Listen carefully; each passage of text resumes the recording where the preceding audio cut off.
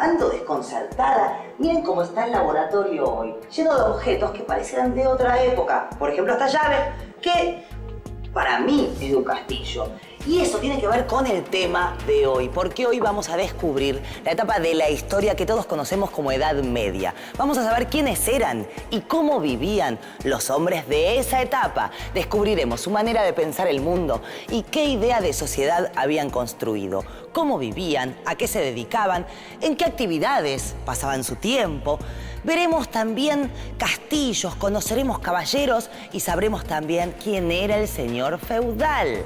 Para situarnos en el tiempo y empezar como se debe, vamos a conocer qué periodo abarca la Edad Media. La Edad Media comprende el periodo transcurrido entre la Edad Antigua y la Edad Moderna. Algunos historiadores establecen su inicio en el año 476 con la caída del Imperio Romano de Occidente y su final en 1453 con la caída del Imperio Romano de Oriente. 600, 700, 800, 1000 años de historia. Todo eso duró. Y digo yo, ¿fue siempre igual o podemos dividirlo en etapas? Dentro de la Edad Media se pueden distinguir dos etapas conocidas, como la Alta y la Baja Edad Media. En Europa no había tantas ciudades como hoy. Imagínate la Edad Media en un paisaje rural, con algunos centros urbanos dispersos, muchos campos y unas pocas ciudades. Como en los primeros siglos fue el auge del trabajo en el campo, se lo llama Alta Edad Media. Cuando todo comienza a urbanizarse y se establece la gente en la ciudad, da inicio a la Baja Edad Media. Ah, ya sé. En la Alta Edad Media se establecieron los primeros señoríos, ¿no es así? La verdad que sí. Los señoríos eran territorios en manos de la Iglesia que se ocupaban de hacer cumplir el mandato de Dios y donde se vivía bajo ciertas normas. Enseguida vamos a hablar de eso en detalle. Ahora sigamos ubicándonos en el tiempo. Entre los años 1000 y 1500, la sociedad europea se organizó en base a un sistema social, político y económico conocido como sistema feudal o feudalismo. El feudalismo tuvo características diferentes en las distintas regiones de Europa. El feudalismo en Europa, que fue imponiéndose a partir del siglo IX, estaba basado en la propiedad de la tierra como medio principal de producción, administrado por el poder de los nobles, que integraban un grupo social privilegiado, y por la Iglesia. Voy a explicarles el sistema social de la época. Se pensaba la sociedad casi como una pirámide. Arriba de todo, en la punta, Dios. Un poquito más abajo, la Iglesia. Luego unos cuantos nobles. Y acá, bien abajo de todos estos, muchísimos campesinos trabajando de sol a sol. La Iglesia era el mundo intelectual de entonces. Por eso puse los libros. Los campesinos eran el universo de la producción y el trabajo, por eso las herramientas. Los ámbitos de la vida social eran los espacios rurales. La mayoría de la gente vivía en pequeñas comunidades llamadas aldeas. En estos espacios rurales, las actividades eran básicamente las mismas que hoy, aunque con medios y técnicas más primitivas, claro. La gente se dedicaba a la agricultura y a la cría de animales. La población europea era campesina, por lo que la Iglesia debió trasladarse al campo para evangelizarlos. El poder de la Iglesia estaba representado por los eclesiásticos, y así surgieron sus señoríos. Estos señoríos eclesiásticos eran territorios de la Iglesia, donde trabajaban campesinos y siervos. Entonces, los señoríos eclesiásticos eran tierras que pertenecían a la Iglesia y estaban al mando de uno de sus representantes, como el que me acompaña aquí atrás. Pero también había señoríos laicos, es decir, que no eran de la Iglesia. ¿Y quién era la autoridad de estos señoríos? Los señoríos laicos estaban en manos de señores feudales, y allí la vida se organizaba alrededor de estos señores y de los campesinos. Algunos se especializaban en la fabricación de herramientas y útiles para las tareas agrícolas y la vida cotidiana. Y según el orden feudal establecido, los campesinos trabajaban también para asegurar la subsistencia de los señores y de la jerarquía de la Iglesia. En este período, la economía era autosuficiente y se basaba en esta pequeña producción campesina.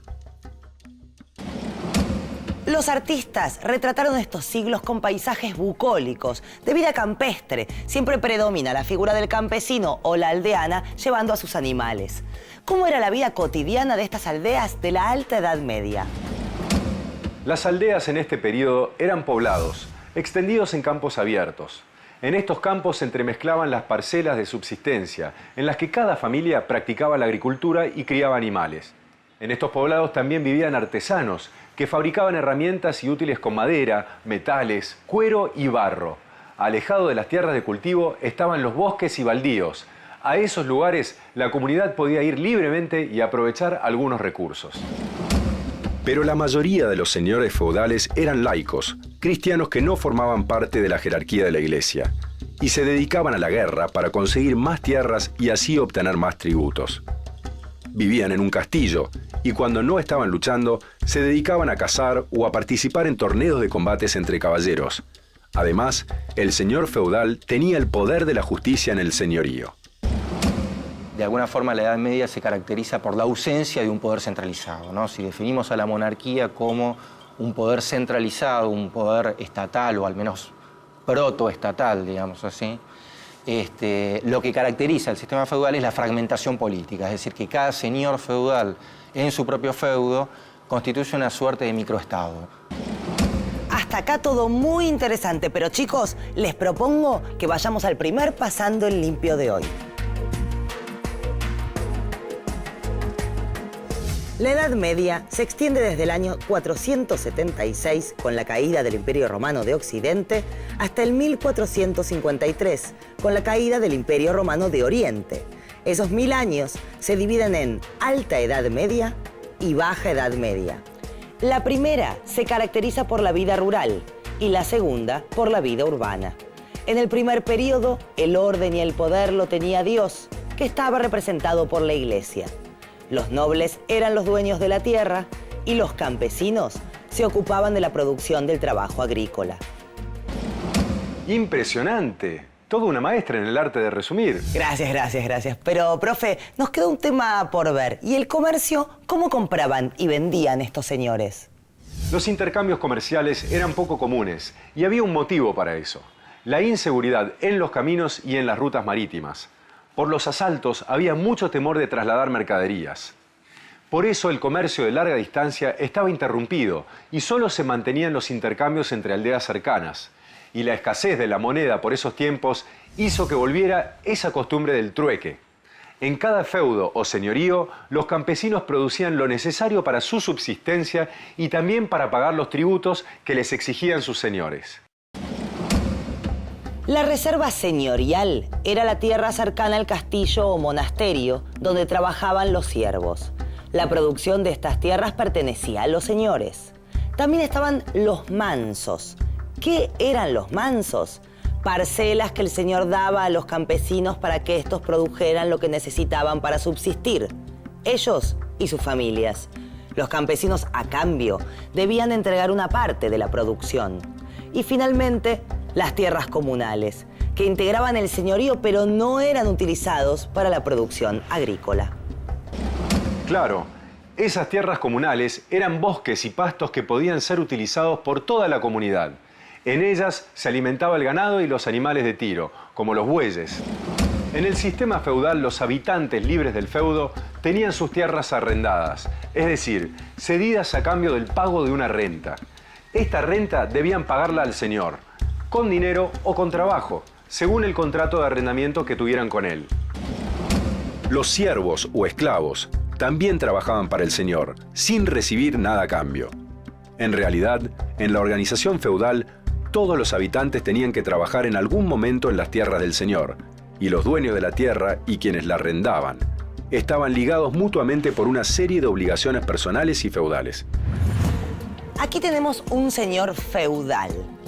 Y yo lo miro así vestido y pienso, este señor estaba en un castillo y afuera tenía un montón de gente trabajando para él. Si era así, con tanta gente trabajando para él, ¿qué obligaciones tenía un señor feudal? Cada señor feudal vivía en una casa señorial y gobernaba sus tierras, por la que a su vez pagaba un arriendo con dinero a un rey o a la iglesia. El deber principal del señor feudal consistía en mantener la ley y el orden en su territorio. Además, se encargaba de que su finca marche bien y de que los habitantes de su aldea trabajen y paguen sus tributos. No todos los señores feudales sabían leer y escribir, y aunque supieran, para los asuntos más complicados tenían la ayuda de un secretario y del sacerdote.